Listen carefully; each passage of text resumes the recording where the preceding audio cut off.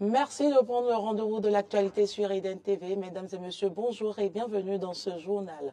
Au sommaire, le président Patrice Talon à la recherche de la cohésion sociale au Bénin. Dans cette édition, vous suivrez une analyse sur sa rencontre du lundi 22 janvier avec les députés à l'Assemblée nationale. De la fête Fofo Djakaroué à la révision de la Constitution, l'honorable Victor Tokpanou, invité de Donclam Abalo, aura fait le tour de l'actualité sociopolitique du Bénin sur l'entretien du dimanche. Le résumé de l'émission est également à suivre dans un instant. Et puis, hors de nos frontières, le Mali, le Niger et le Burkina Faso quittent la CEDEAO sans délai, 3 pays dirigés par des régimes militaires.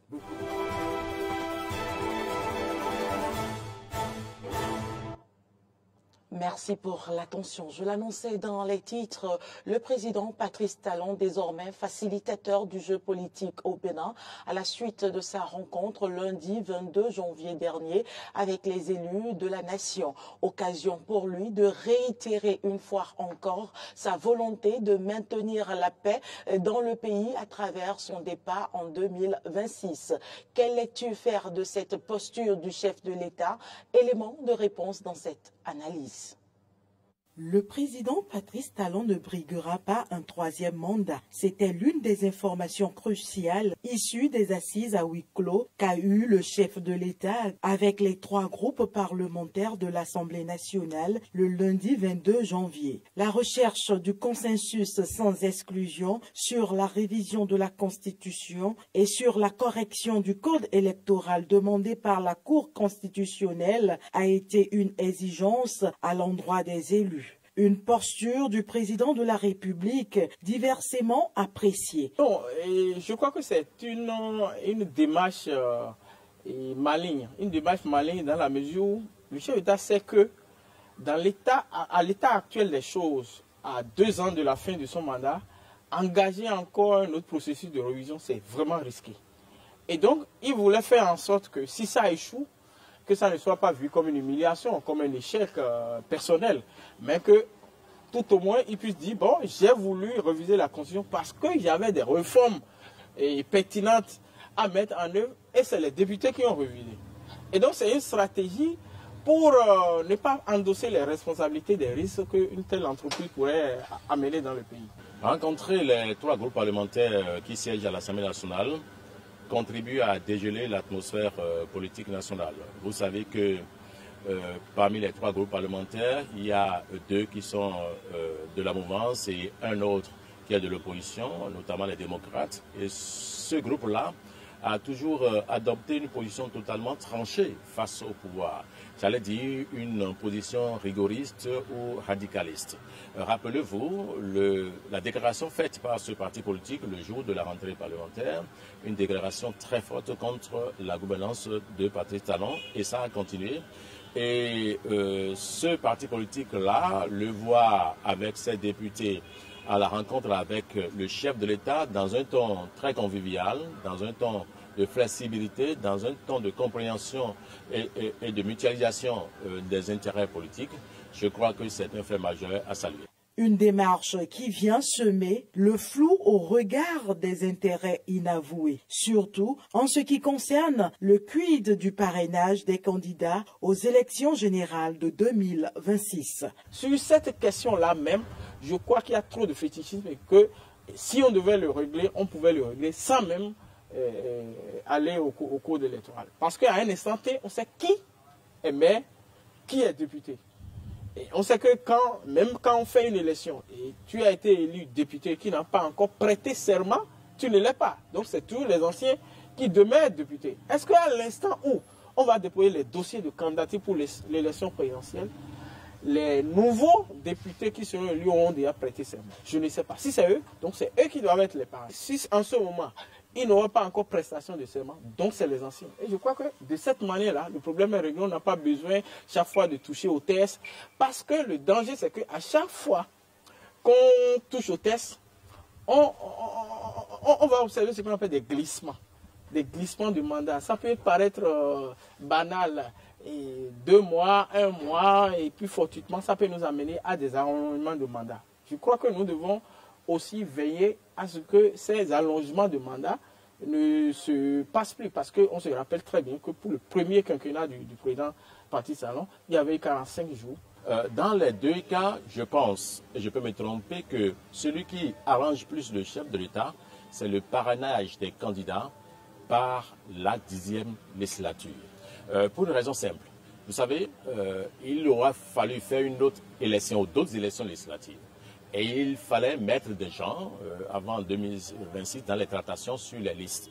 Il y aura certainement la maîtrise totale de ces listes-là, aussi bien pour la députation que pour les élections communales. De l'autre côté, il n'aura peut-être pas toute la machine fonctionnelle à sa disposition parce qu'il y a déjà de ces élus qui ont pris déjà des causes plus ou moins sûres et justifiées selon leur projection. Je suis surpris maintenant que le chef d'État lui-même demande, sans passer par les assises nationales, un consensus. Le mot consensus suppose que la majorité de personnes s'entendent pour régler un problème. Et c'est pourquoi je dis, quel est le problème pour le chef d'État aujourd'hui? Est-ce que la révision pose un problème fondamental pour qu'on révise? Et que pour ça, il a besoin d'avoir l'accord des députés de l'opposition. Moi, j'ai comme l'impression qu'il y a derrière ce projet de révision un autre projet qui n'est pas encore totalement clair, totalement élucidé. L'avis des députés de l'opposition sur la décision de la Cour constitutionnelle reste encore inconnu. En attendant, le jeu politique se poursuit, chaque parti privilégiant ses intérêts.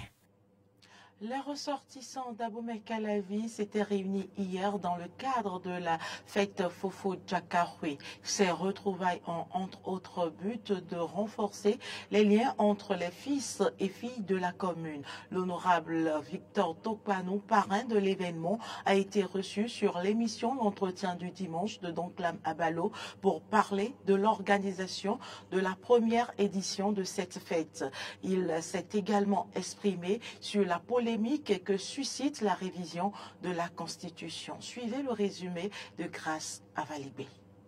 Unir les fils et filles de la commune d'Abomey-Calavi autour d'un idéal est le but visé par la fête Fofo-Djakaroué.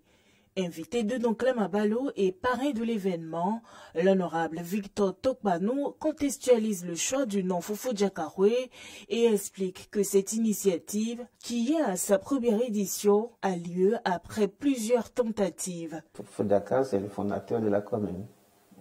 Voilà. Donc c'est un personnage historique que nous célébrons. Aussi longtemps qu'il y a un fondateur dans une commune, je pense que tout le monde le respecte. Et puis la deuxième qui est vraiment accessoire, c'est qu'on n'a pas voulu faire comme toutes les autres communes. C'est trop facile de dire Gléroué, Saviroué, etc., Calaviroué. Bon, on n'est pas obligé de faire comme tout le monde. Je pense qu'avant moi, les députés avaient essayé, ils n'y sont pas toujours parvenus. On a une très vieille tradition peut-être d'individualisme poussé, et donc pour aller chercher chacun dans son coin, pour faire une fête commune. C'était un peu difficile, j'avoue. Et donc, ce qui me réjouit, c'est que nous ayons enfin pu commencer. Pour moi, ce qui se passe depuis vendredi après-midi, qu'on a commencé avec la caravane dans la ville, c'est précisément la rédaction de la première page de notre droit de nous unir, de notre droit d'exister, de notre droit de nous manifester. Par rapport à l'actualité sur la révision du code électoral, le député Victor Tokpanou estime que contrairement à ce qui se dit dans l'opinion publique, il ne s'agit pas d'une manipulation du chef de l'État, mais d'une proposition de la Cour constitutionnelle pour modifier et compléter une loi du code électoral en vue d'une bonne organisation des élections générales de 2026. La révision du code électoral, c'est une demande de la Cour constitutionnelle qui part à une décision en date du 4 janvier dernier, nous a demandé de modifier deux aspects du code électoral. Le premier, c'est la mise en conformité de la Constitution de l'article 142 du code pénal et de l'article 49 de la Constitution. Dans le code électoral, il y a une disposition, je crois que c'est l'article 132, voilà, qui reprend ces dispositions. Mais le problème, c'est que dans la perspective des élections de 2026, il va se poser un problème qu'un citoyen a anticipé et qui a saisi un certain Betoro, je crois, qui a saisi la Cour constitutionnelle, qui lui dit en 2026, il va se poser un problème. Et le problème, c'est que les députés et les maires qui sont en poste aujourd'hui seront encore là quand il y aura les élections de 2026, donc deuxième dimanche de 2026. Mais que le vrai problème, c'est que la loi ayant prévu l'installation des maires au mois de février sur 2 semaines, il se pourrait qu'au moment de faire les parrainages, certains maires élus en 2020 ne soient plus en fonction et que certains élus en 2026 ne soient pas encore installés. Voilà. Et que ce faisant, il y a rupture du principe de l'égalité de tous devant la loi. Et donc la Cour nous demande de créer une période de parrainage au fin de mettre tous les maires sur le même pied d'égalité. Ou eux tous sont parrains, ou aucun n'est parrain. Pour l'invité, selon la loi, les rencontres entreprises par le chef de l'État avec chaque parti politique sont bien légales et ont but d'expliquer le bien fondé de la modification du code électoral. Plusieurs fonctionnaires de défense et de sécurité et assimilés sont mis à la retraite forcée à compter de février 2024. Cette décision rendue publique fait couler beaucoup d'encre et de salive. Suivez plutôt.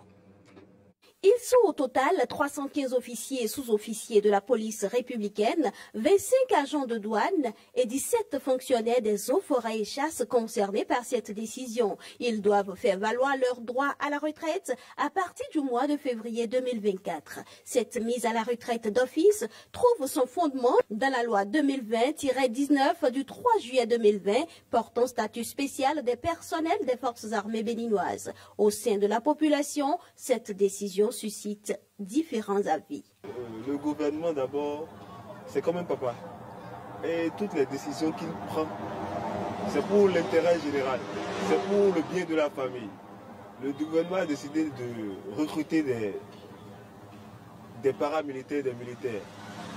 Lui-même décide d'envoyer certains à la retraite, c'est forcément parce qu'il estime que il est temps pour ces gens-là d'aller se reposer. Donc je suis tout à fait d'accord avec le gouvernement. Il est parti forcément sur certaines bases et il pense qu'il est temps pour ces gens-là d'aller se reposer. On est dans un pays de droit et si des fonctionnaires de l'État se sentent lésés, ils peuvent rester en justice. Ils seront frustrés et tout, c'est vrai. Mais bon, tout ce que papa fait n'est pas bien. Mais on fait. Moi, sincèrement, ça ne me fait ni chaud ni froid. En fait, je ne maîtrise pas trop le sujet. Donc du coup, je m'abstiens aussi de ne pas apporter trop de commentaires là-dessus. Le gouvernement a certainement sa raison. Mais est-ce que les officiers sont préparés à ça? C'est une question qu'il faut se poser. Parce que sûrement, ils avaient des plans pour les années à venir, les temps à venir. Mais est-ce que la pension de retraite pourrait leur suffire à atteindre ça relatif comparément à leur salaire? C'est pas sûr.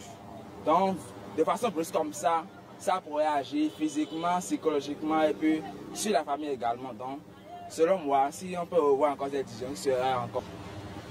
C'est vrai, à la place de ceux-là, ou bien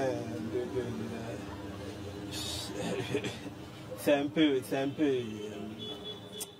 est-ce que je vais dire le mot dur? Je ne sais pas, mais à la place de ceux-là, vous voyez, donc c'est ça. Mais je dis, sûrement c'est pour le bien du pays. L'État, nos gouvernants, ils ont vu que bon, c'est quelque chose qui contribuerait positivement, même si parfois on fait, la mère fait le bonnet de l'enfant contre sa volonté. Je ne veux pas aller dans les détails, mais je ne veux pas dire que c'est dur, mais à la place de ceux-là, vous voyez, c'est 3 comptes de suspension. et c'est mes de retraite pour... Nombreux sont les jeunes qui sont en quête d'emploi. Donc, en envoyant les anciens à la retraite, ces jeunes auront de l'emploi. C'est quand on entre en fonction qu'il faut préparer sa retraite.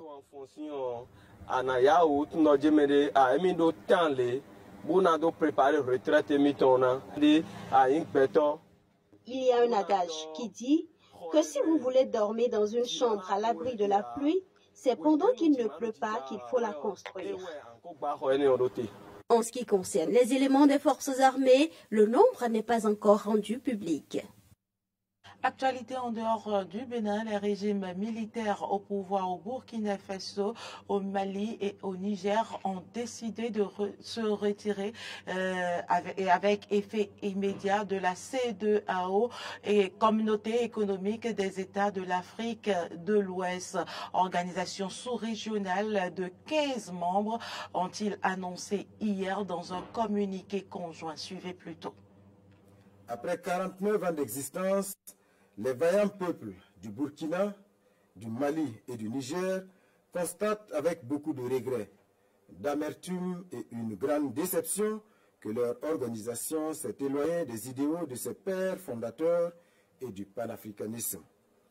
En outre, la CEDEAO, sous l'influence de puissances étrangères, trahissant ses principes fondateurs, est devenue une menace pour ses États membres et ses populations dont elle est censée assurer le bonheur.